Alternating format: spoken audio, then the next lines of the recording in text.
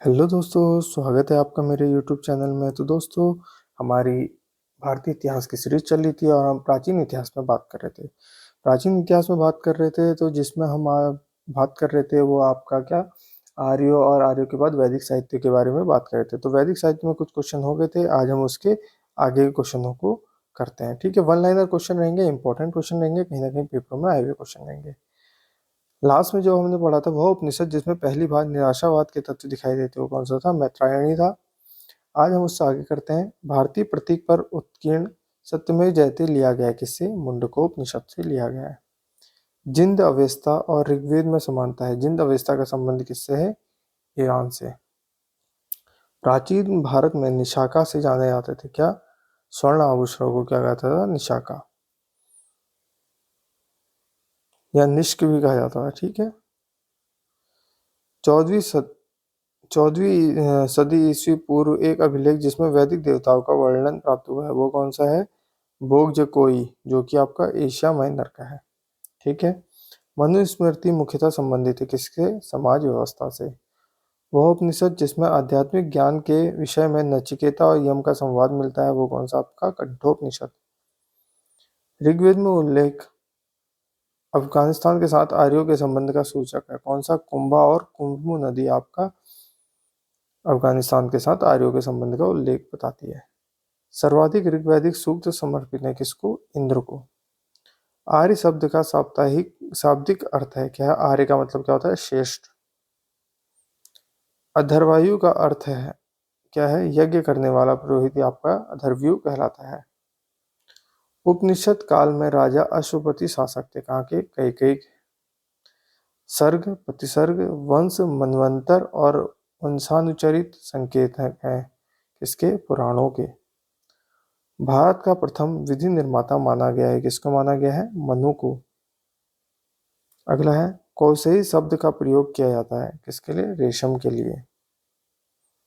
क्लासिकी संस्कृत में आर्य शब्द का अर्थ है एक उत्तम व्यक्ति और वैसे श्रेष्ठ। आर्य का मतलब क्या होता है? श्रेष्ठ। ऋग्वेद है स्रोतों का संकलन। इतिहास शब्द का उल्लेख मिलता है किससे? अथर्ववेद से मिलता है। भरत जन में भरत जन के नाम पर इंडिया का नाम भारत रखा में इस जन का सर्वप्रथम उल्लेख मिलता है, किस में मिलता है? ऋग्वेद में भरत के सर्वप्रथम उल्लेख मिलता है। लौह युग को यह नाम इसलिए दिया गया क्योंकि इस समय के दौरान मध्य पूर्व और दक्षिण पूर्व यूरोप में औजारों और हथियारों का मुख्य रूप से किस धातु का? लोहे के कांसे का किस कांसे की जगह किसका? लोहे का इस्तेमाल होने लगा था। कौन किसका? कांसे का। ठीक है। तो पहले क्या होता था? कांस्य युग था।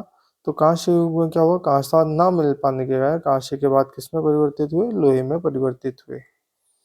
बुरी आत्माओं और बीमारियों से बचने के लिए जादू तंत्र और मंत्र का संग्रहण कहलाता है अथर्ववेद। आर्यों की मुख्य प्रशासनिक इकाई, मुख्य सामाजिक इकाई थी क्या आपकी? थी जन। उत्तर वैदिक काल में किस वर्ण को मुख्य रूप से खेती, पशुपालन और व्यापार जैसे काम करना करते थे? कौन से? वैश्य। नदी का प्राचीन नाम विपाशा है, किस नदी का प्राचीन नाम? तो आपका व्यास नदी का प्राचीन नाम विपाशा है।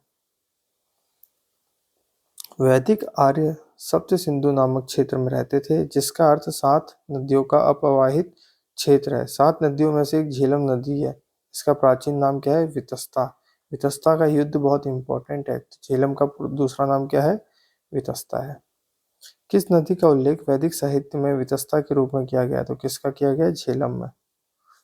संगीत से संबंधित कौन सा है? तो कौन सा? सामवेद ही जो है आपका संगीत से संबंधित है। सबसे पुराना वेद कौन सा है? ऋग्वेद है। पुरुष सूक्त का एक मंत्र संग्रह है किसका? ऋग्वेद का एक मंत्र संग्रह है।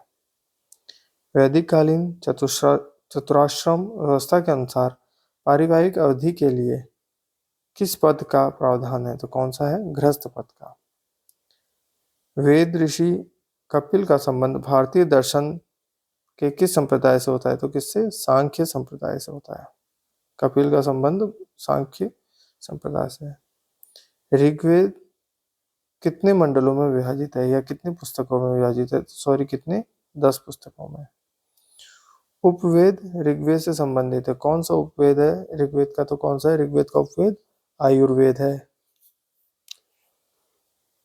ऋग्वेद में ऋषि विश्वामित्र और देवी के रूप में पूजी जाने वाली दो नदियों के बीच संवाद के रूप में भजन है। ये नदियां कौन सी हैं? व्यास और सतलुज।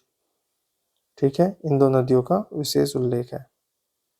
अगला है अथर्ववेद खंडों का संग्रह है। अथर्ववेद कितने खंडों का संग्रह है? 20। किस नदी को वैदिक काल में पुरुषनी के नाम से जाना जाता था? किसे? रावि को। वितस्ता, व्यास, सॉरी, वितस्ता किसको कहा जाता था? झेलम को। ठीक है, ध्यान रखना, वितस्ता किसको कहा जाता था? झेलम को। ठीक है, और रावि पुरुषनी। रावि नदी का ऋग्वैदिक नाम है क्या? पुरुषनी। वेदों के संदर्भ में अनुष्ठान को दर्शाता है कौन? कल्प। एक समय पर वैदिक सभ्यता में राजा को गोपित कहते थे, जिसका अर्थ है मवेशियों का स्वामी। अगला है भारत में वैदिक सभ्यता किस नदी के किनारे विकसित हुई? तो कौन सी नदी के किनारे? सरस्वती। और अगला है वैशेनिक दर्शन से प्रतिपादक है कौन? कणाद। आज के दिन का राष्ट्र है ऋग्वेद। किससे संबंधित है? ऋग्वेद का ब्राह्मण कौन सा है? कौशिकी और ऐत्रेय ब्राह्मण। यजुर्वेद का सतपथ और तैत्रीय और ब्राह्मण। ठीक है, सामवेद का है पंचविश, षड्विश, अद्भुत और जैमिन तथा जैमिनी प्रतपण। और अथर्ववेद का है गौपद ब्राह्मण। ठीक है, तो ये थे आज के सारे इंपॉर्टेंट क्वेश्चन। मिलते हैं अगली वीडियो में इससे आगे के लिए। तो अभी तक के लिए इतना ही। Thank you so much. Have a nice day.